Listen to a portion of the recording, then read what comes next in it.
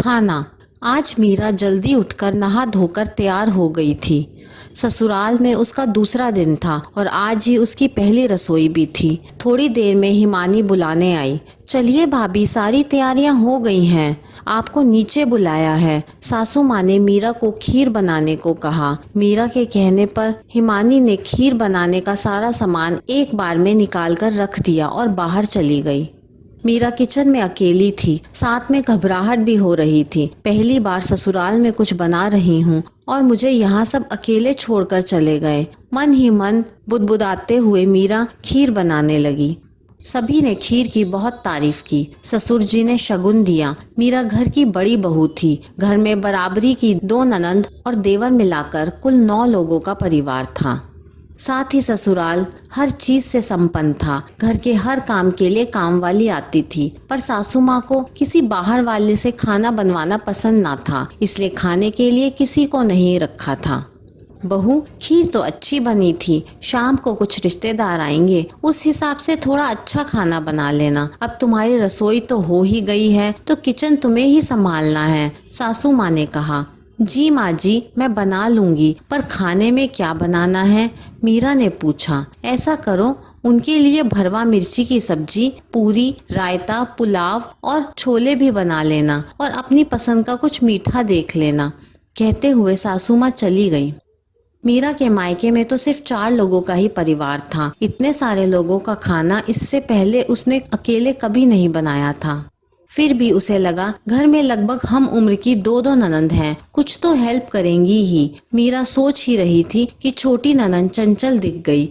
उससे पूछकर मीरा ने छोले गला दिए और शाम के खाने की तैयारियां भी करने लगी। चंचल ने मीरा को कौन सा सामान कहाँ रखा है बताया और चली गई। अब किचन में मीरा फिर अकेली थी। मीरा ने अकेले ही 25 लोगों का खाना बनाया। इस बीच किचन में कोई झांकने तक नहीं आया। वो भी घर में नई नई संकोच के मारे किसी से बोली भी नहीं कि थोड़ी मदद करवा ले। अब तो यह रोज का काम था। सासू माँ रोज नई नई फरमाइशें करती और हमेशा यही कहती, घर में काम ही क्या है, बस खाना ही तो बनाना है। हिमानी और चंचल किचन में आती और कहती, भाभी खाना बन गया है क्या? कुछ हेल्प तो नहीं चाहिए? मीरा के मन में तो आता कि बोल दे कि हाँ, थोड़ी सी हेल्प करवा दो, पर अभी वो किसी से इतनी घुली मिली नहीं थी। उसे लगता मैं काम का बोलूं तो कोई बुरा ना मान जाए, ये सोचकर मदद के लिए मना कर देती। मन ही मन सोचती कि अगर सच में हेल्प करवानी होती तो बिना पूछे ही करवाने लगती। ये पूछकर बस फॉर्मेलिटी करके चली जाती हैं। कहने को तो बस खाना ही बनाना है, पर उसी में उसे दिन भर लग जाता है। सुबह चाय बनाने से काम शुरू होता तो चाय, नाश्ता, लंच में ही उसे 1 बज जाते। थोड़ी देर के लिए फ्री होती तो सासू माँ किसी न किसी बहाने अपने पास बैठाए रखती। दिन में आराम भी ना कर पाती। शाम 4 बजे से फिर शाम की चाय, रात का खाना, किचन साफ करके 11 बजे फ्री हो पाती। ससुराल में चावल ज्यादा कोई पसंद नहीं करता था। इतने लोगों की रोटी बनाने में ही मीरा की कमर टूटने लगती। दोनों ननंद दिन भर कभी टीवी तो कभी मोबाइल में लगी रहती। जब बराबरी की ननंदें मदद नहीं करवाती तो सासू माँ से काम का क्या बोलना। निर्मल जी कई बार अपनी बेटियों से बोलते कि बहू अकेली इतनी देर से किचन में है, तुम लोग भी साथ में थोड़ा करवा लिया करो, तो सासू माँ तुरंत बोलती, इतने सालों से हिमानी ने ही तो किचन संभाल रखी है, कल उसकी शादी हो जाएगी तो बहू को ही तो करना है, और फिर हम कुछ और काम तो करवाते नहीं, बस खाना ही तो बनाना है। निर्मल जी भी इसके आगे कुछ बोल ना पाते। मीरा रात तक इतनी थक जाती थी कि बिस्तर पर जाते ही सो जाती। एक दिन पति महेश शाम को ऑफिस से आया तो मीरा रोटी बना रही थी। आज तो महेश भी बोल पड़ा। सुबह गया था तब भी रोटी बना रही थी और अभी आया तो फिर रोटी बना रही है। मीरा कुछ बोलती उससे पहले ही हिमानी बोल पड़ी, अरे भैया, हम तो बोलते हैं भाभी को कि कुछ मदद कर दे, पर भाभी करवाती ही नहीं। बहुत अच्छी भाभी मिली है हमें। महेश पत्नी की तारीफ सुनकर फूला नहीं समाया, पर मीरा सोचने लगी, खाना बनाने वाली नौकरानी जो मिल गई है वो भी बिना पगार के, तो अच्छी तो लगेगी ही। ऐसी तारीफ का भी क्या फायदा जब 2 पल चैन से बैठ भी ना पाए। माना मैं सिर्फ खाने का ही काम करती हूँ, पर अगर घर के दूसरे फ्री हैं तो मदद तो कर ही सकते हैं। पर सब बातें मन में ही उठकर वही दब जाती, कभी जुबां पर नहीं आ पाई। ज्यादा थकान और तनाव से मीरा को एक दिन चक्कर आ गया। डॉक्टर ने कमजोरी बताई और कुछ दिन का बेड रेस्ट भी कहा।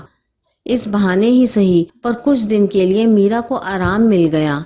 इस बीच मीरा ने देखा कि सुबह का खाना हिमानी बनाती है और शाम का चंचल। उसमें भी सासू माँ हमेशा कहती कि बेचारी बहुत थक जाती है।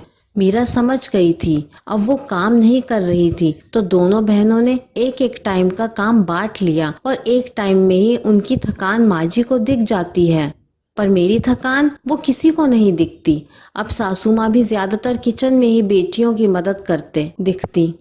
मीरा से सब देखकर रहा ना गया। उसे तबीयत भी अब ठीक लग रही थी। किचन में जाने ही वाली थी कि निर्मल जी ने उसे रोक लिया। अरे सुनो, आज थोड़ा चटपटा खाने का मन है, जरा चाय के साथ भजिया भी मिल जाए तो मजा आ जाए।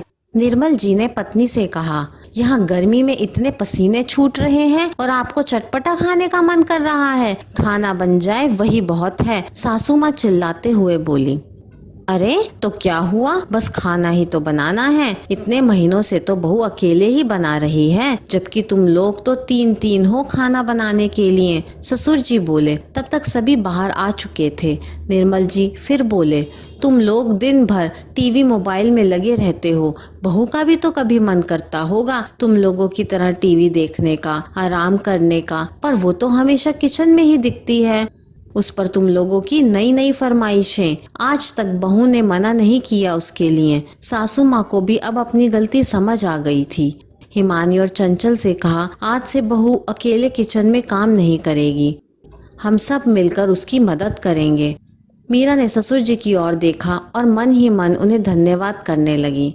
अगर यही बात वो बोलती तो शायद सासू माँ को अच्छी ना लगती, पर ससुर जी ने मीरा को बेटी की तरह समझा और उसकी परेशानी बिना बोले ही सुलझा दी। ये कहानी आपको कैसी लगी मुझे कमेंट करके ज़रूर बताइए। कहानी पसंद आई हो तो लाइक, शेयर और चैनल को सब्सक्राइब करना ना भूलें।